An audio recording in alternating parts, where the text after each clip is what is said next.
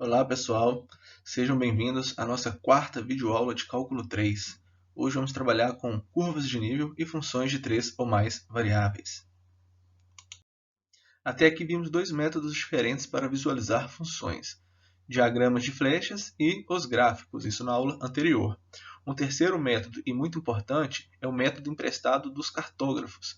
É um mapa de contorno em que os pontos com elevações constantes são ligados para formar curvas de contorno ou curvas de nível. Definição: as curvas de nível de uma função f de duas variáveis são aquelas com a equação f de x, y igual a k, onde k é uma constante na imagem. Então, nós vamos ver a ideia aqui, coloquei uma superfície. Então, para cada valor de z igual a k, nós vamos ter uma interseção com a superfície. Essa interseção, lembrando lá dos cortes, né? Essa interseção vai gerar uma curva e essa curva será projetada no plano XY.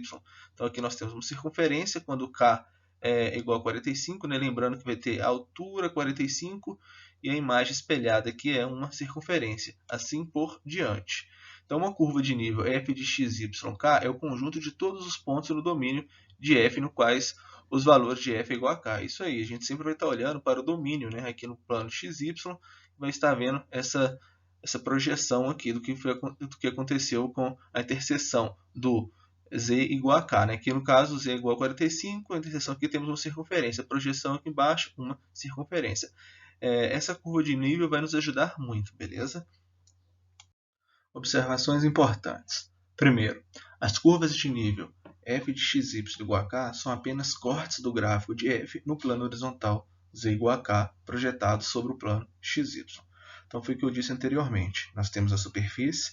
Se você tomar um z igual a 45, por exemplo, você vai ter uma interseção aqui, uma circunferência. A projeção no plano xy está descrita aqui embaixo.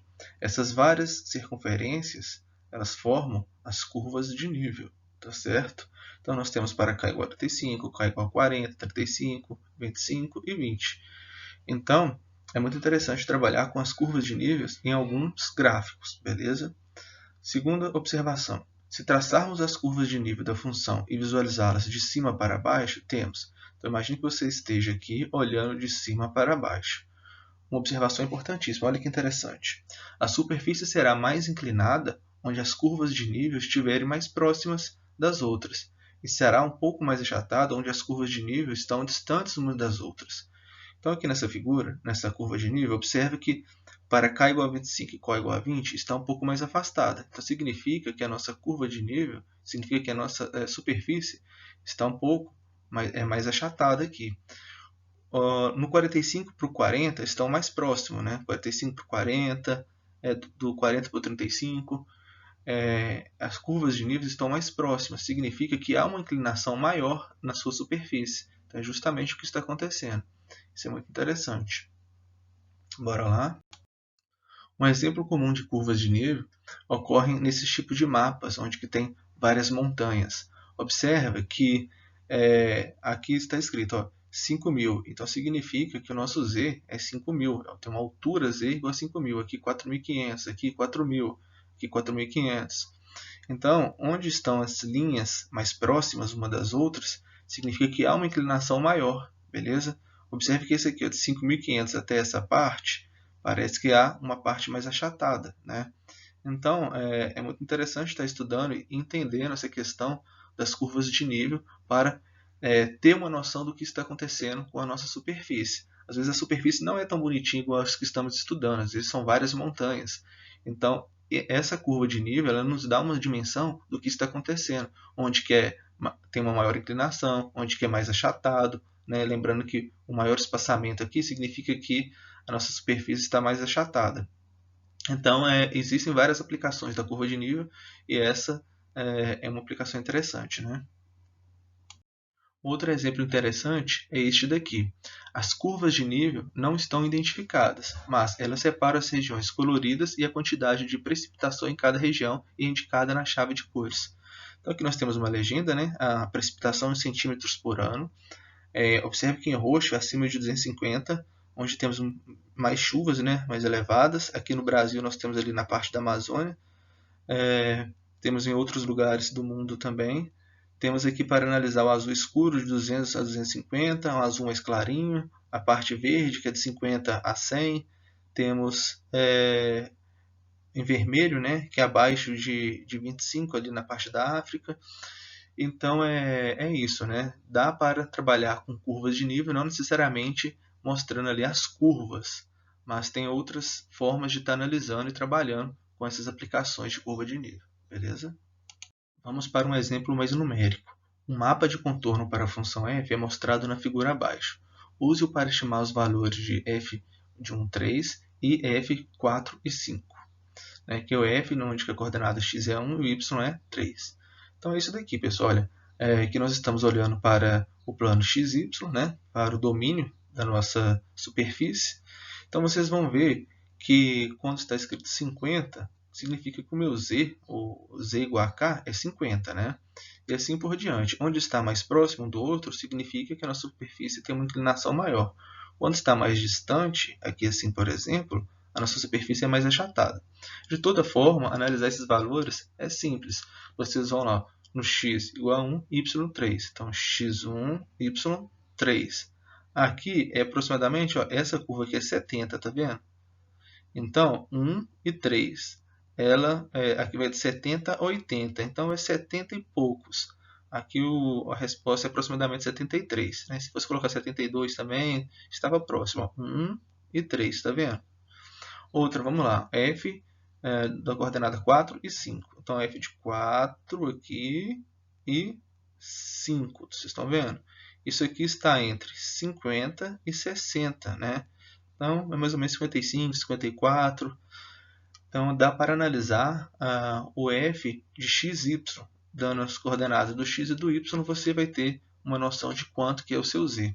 Beleza? Um outro exemplo mais numérico. Esboce as curvas de nível da função f de xy igual a 6 menos 3x menos 2y para valores de k igual a menos 6, 0, 6 e 12. Então, nós temos aqui um plano, tá? E vamos estar analisando quando k são esses valores. Então, é o seguinte, aqui para o f de xy, vou colocar nesse lugar, vou colocar igual a k, foi o que eu fiz. Passei o k para o outro lado, ou mando tudo que tem do lado de cá para o lado do k, tá? Só para o que tem o x e o y ficar positivo. Uma forma melhor de visualização. Então, nós temos 3x mais 2y mais k igual a k menos 6 igual a 0. Então, é o seguinte, a inclinação dessa reta, aqui nós vimos que é menos 3 sobre 2, o coeficiente angular dela, né? Vocês podem fazer da forma que vocês acharem melhor. Isola o y, ou, né, lembrando que é o menos b sobre a, e vocês já estão acostumados a trabalhar com esse coeficiente angular. De toda forma, quando nós temos k igual a menos 6, se vocês vão substituir aqui, vai ter o menos 12. Então, vocês vão ter essa equação de reta no R2, no plano XY. K igual a 0, você tem essa outra. K igual a 6, você tem essa outra. E assim por diante. Então, é fácil ter identificação dessas retas no plano XY, beleza? Então, nós vamos ter um plano, né? A interseção de k igual a menos 6, k igual a 0, igual a 6, igual a 12, vão ser retas. E essas retas, olhando de cima para baixo no plano XY, né? Ou a projeção no plano XY, são essas retas aqui. Essas são as curvas de nível. Para alguns propósitos, o mapa de contorno é mais útil que o gráfico. Isso também é verdadeiro na estimativa dos valores da função. Se você quer saber quanto que é o valor do f de xy, né, basta você substituir o x e o y pelos valores que você está analisando e você vai achar o valor de z. A figura abaixo apresenta algumas curvas de nível geradas por computador juntamente com os gráficos correspondentes. Então, olha que interessante. Aqui nós temos, né, o gráfico visto de formas diferentes. Esse gráfico é menos xy é elevado a menos x ao quadrado menos y ao quadrado. É um gráfico mais complicado de fazer, né? Então, jogando ali no GeoGebra, vocês vão ter essa figura. Então, vocês vão conseguir ver a curva de nível. Observa que de um quadrante para o outro, eles estão mais próximos, né? Então, observe que a inclinação é maior. Olha aqui, ele está subindo. Logo depois está fazendo o quê? Está tendo uma descida. E aqui tem um buraco. Então, existe uma inclinação bem grande nessa parte, entre os quadrantes. Ó. Vocês estão vendo? E agora, quando está mais longe, igual aqui, ó, está mais achatado, a curva é mais distante, né? Então, é uma forma para vocês visualizarem e trabalhar com a curva de nível. Aqui é a mesma coisa. Observe que nessa parte está mais alta e logo em seguida ela está tendo está descendo bastante, né? Então a inclinação aqui ela é alta, ou seja, as curvas de nível estão bem próximas aqui perto da origem. Quando está afastando, né, elas estão ficando mais o quê? Mais achatadas. Então, uma forma de visualizar que a gente já comentou. Funções de 3 ou mais variáveis. No nosso curso, vamos estar trabalhando mais com as funções de 2 variáveis. Mas vamos deixar de trabalhar com as funções de 3 ou mais variáveis? Óbvio que não, né? Então vamos entender um pouco mais. Uma função com 3 variáveis f é uma regra que associa cada tripla ordenada x, y, z em um domínio Dzão contido no R3 um único número real denotado por f de x, y, z. A ideia aqui é a mesma das funções de 2 variáveis, né? Funções de 2 variáveis, nós temos os pares ordenados, né? Aí o domínio sempre olhando ali no plano x, y.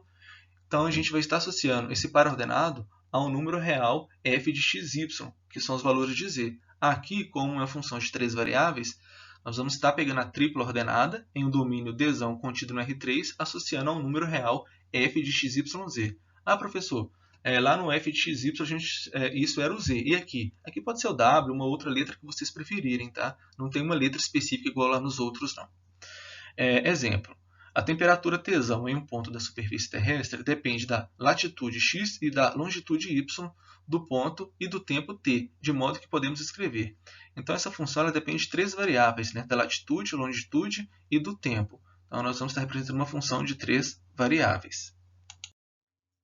Outro exemplo. Encontre o domínio de f se f de x, y, z é igual a ln de z menos y mais xy seno de z. Nossa, Thiago, que função doida é essa, hein?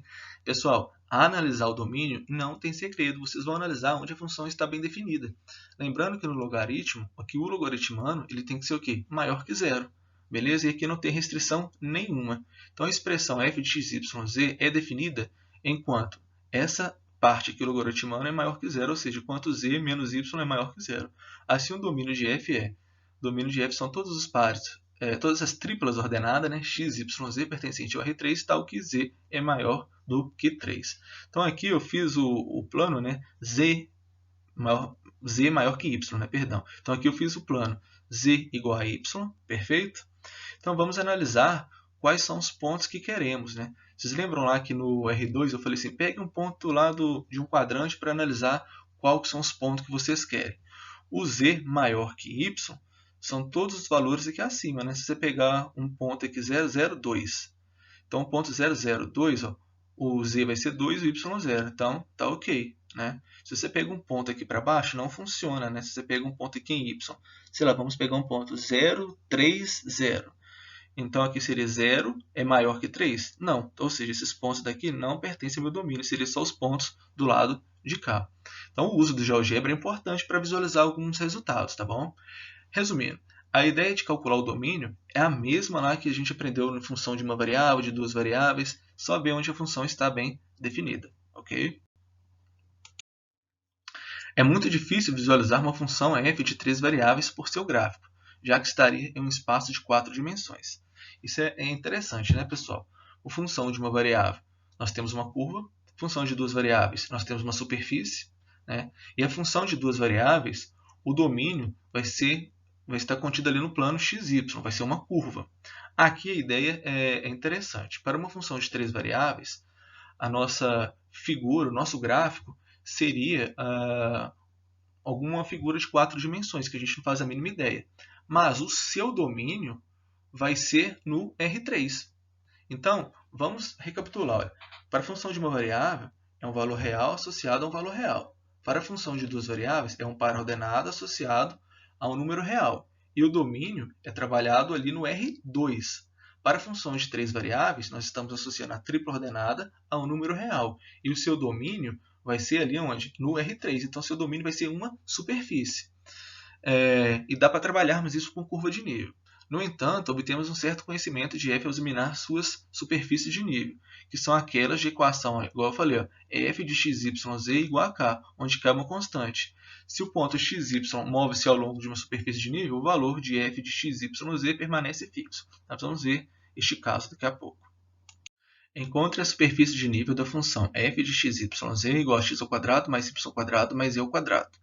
Então, para essa função de 3 variáveis, vamos trabalhar com as curvas de nível. Então, para trabalhar com as curvas de nível, você vai chamar esse f de x, y, z de k, onde k vai ser o maior ou igual a zero, né? A soma desses caras ao quadrado é maior ou igual a zero. Então, aqui vamos ter uma família de esferas concêntricas com raio raiz de k. Se o k é 9, nós temos uma esfera com raio 3, e assim por diante. Aí o que eu falei no final do slide anterior foi o seguinte: enquanto para cada ponto x, y, z que pegarmos aqui, você pode variar o tanto do x e y que você quiser. O valor de f de x, y, ele vai o quê? Permanecer fixo. Só para vocês entenderem, eu vou voltar na ideia anterior. Se a gente está com uma função de duas variáveis, se você analisa uma curva de nível, lembra lá da circunferência. Onde você andar ali com um ponto naquela circunferência, na curva de nível ali, né, no plano XY, o valor de z é o mesmo. Então, você está andando ali dentro da sua circunferência, em volta ali, de uma circunferência que eu estou falando, o seu z é o mesmo. Então, aqui a ideia é exatamente essa, né? Para uma esfera, você pode variar seus pontos aqui o tanto que for. O nosso f de xy vai permanecer o quê? Fixo. Essa é uma ideia interessante em alguns exercícios, beleza? Professor, e para trabalhar com funções de 4 variáveis, 5 variáveis, de n variáveis? A ideia aqui, pessoal, é a mesma que a gente trabalhou anteriormente. Tá? Uma função em n variáveis é uma regra que associa o número z, f de x1, x2 e xn a uma ínupla de x1, x2 e xn. É igual a gente fez anteriormente. Para trabalhar com funções de duas variáveis, um par ordenado a gente associa ao número real. Com 3 variáveis, uma tripla ordenada a gente associa ao número real. Aqui, né, uma ínupla de n coordenadas, a gente associa a um número real. E vamos denotar esse conjunto por Rn, o conjunto de todas essas ínuplas. Por exemplo, se a gente tem uma empresa que usa n ingredientes diferentes na fabricação de um produto alimentício. Então, beleza, tem n ingredientes diferentes. CI é o custo por unidade. Então, você tem a primeira unidade é C1, que é o custo dela. A segunda, C2, e assim por diante. E XI, unidades do ingrediente, né? Então, vamos supor que no primeiro ingrediente a gente tem 10 unidades, então é x10. 2 unidades, então é x2. Então, o custo total C dos ingredientes é uma função das n variáveis x1, x2 e xn. Isso mesmo. Você tem aqui o custo, né, dessa função com as variáveis de x1 a xn, onde que a primeira é o custo aqui C1 com x1 mais C2, x2 mais C3, x3 e assim por diante. Então, essa é uma função f de valores reais cujo domínio é um subconjunto do Rn. Beleza? Vamos estar falando mais aqui. Por vezes, usamos uma notação vetorial para escrever essas funções de maneira compacta. Então, escrever essa função, igual a gente escreveu anteriormente, ó, f de x1, x2 até xn igual a c1, x1 mais c2, x2 mais e assim por diante, fica longo e extenso. Então, nós podemos reescrever isso. E algumas vezes vocês vão ver lá uma notação vetorial, né? Então, o x vai ser o vetor que tem o x1, x2 até o xn. Escrevemos o f de x no lugar do f de x1, x2. Observe que esse f de x é um x negrito, tá? Só para a gente ter uma noção que esse x seria o x1, x2 até o xn. Então, com essa notação, nós podemos substituir essa função gigantesca pela f de x, lembrando que o x vai ser o x1, x2 até o xn, e aqui nós temos um produto escalar, né, do c com o x. O c será as constantes C1, C2 até Cn. Então, vocês lembram lá do produto escalar? Vai ser do c com o x. Então, vai ser o produto de x1 com C1 mais o x2 com C2 mais, e assim por diante. Então, isso é uma forma mais simples de estar escrevendo uma função. Vocês vão ver essas notações mais na parte do cálculo vetorial, beleza? Pessoal, então é isso. Essa foi a parte de curvas de nível e funções de 3 ou mais variáveis. Tá? As notas de aula foram com base no livro do Sturt, na verdade, nas notas de aula do Sturt. E é isso aí, tá? Um grande abraço e até a próxima aula.